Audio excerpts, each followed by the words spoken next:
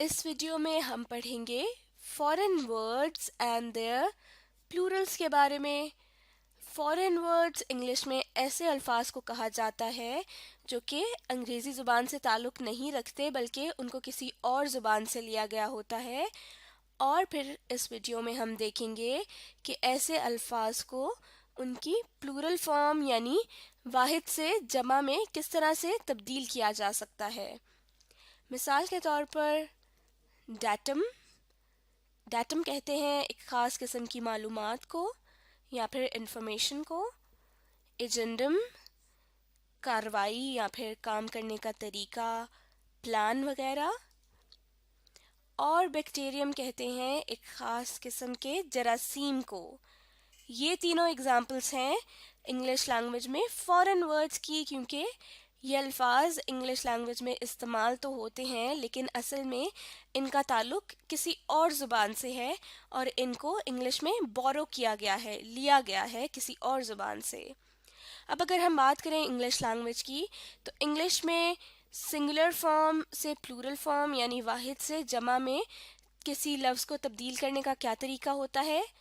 मिसाल के तौर पर ये वर्ड है एप्पल। एप्पल यानी कि सेब। अब अगर इसको हमने सिंगुलर फॉर्म से प्लूरल में चेंज करना है तो हम क्या करेंगे।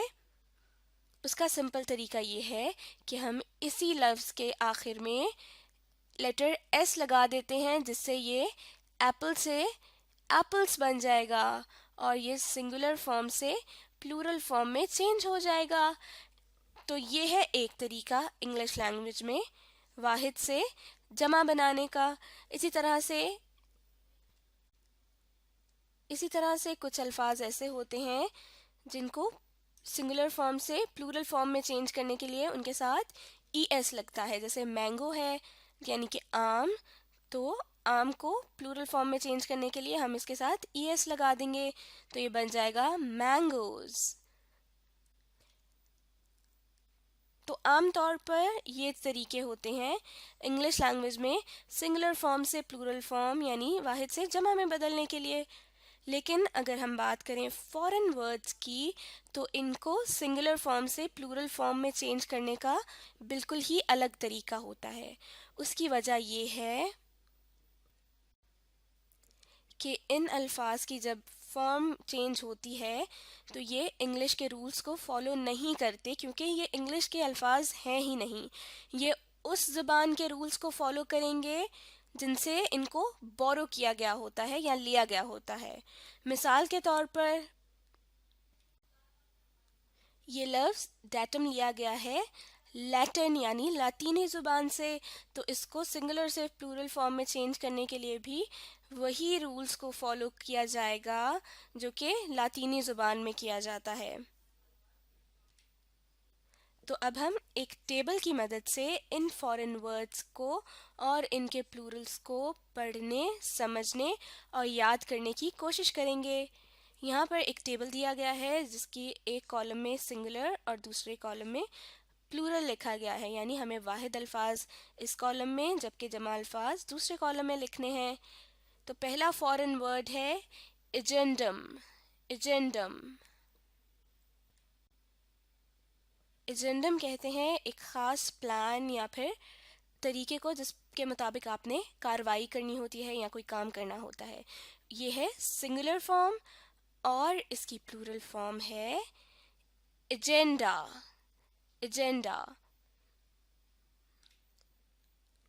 एक प्लान है तो एजेंडम और ज़्यादा प्लान्स हैं तो एजेंडा। इसी तरह से अगला लफ्ज़ है बैक्टीरियम। बैक्टीरियम जैसा कि हमने पहले समझा कि ये ख़ास किस्म के जरासीम को कहते हैं और ये जरासीम अगर ज़्यादा हों तो उनको आमतौर पर बैक्टीरिया कहा जाता है। बैक्टीरिया। फॉर्मूला। फॉर्मूला फॉर्मूला कहते हैं किसी चीज़ को या किसी काम को करने या बनाने का एक ख़ास तरीका, और फॉर्मूला का प्लूरल होगा फॉर्मूले।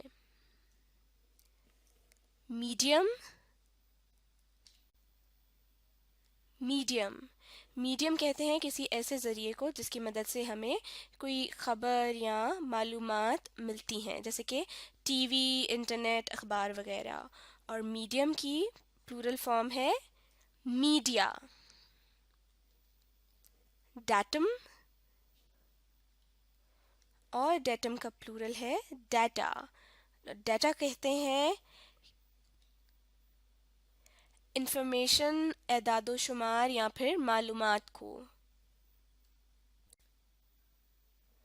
تو اس ٹیبل کی مدد سے ہم یہ نوٹ کر سکتے ہیں کہ ان الفاظ کو سنگولر سے پلورل فارم میں چینج کرنے کے لیے ہم نے کسی کے ساتھ بھی ایس یا ای ایس نہیں لگایا،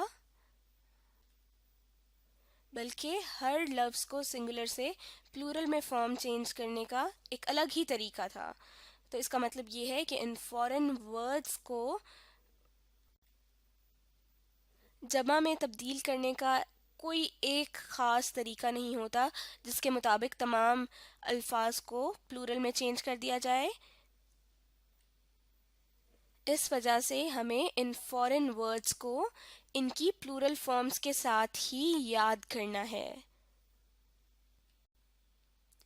ان فارن ورڈز کے بارے میں مزید اچھی طرح سمجھنے کے لیے اب آپ اس ویڈیو کو ری پلے کیجئے اور ساتھ ساتھ پڑھنے، لکھنے اور سیکھنے کا عمل جاری رکھیے.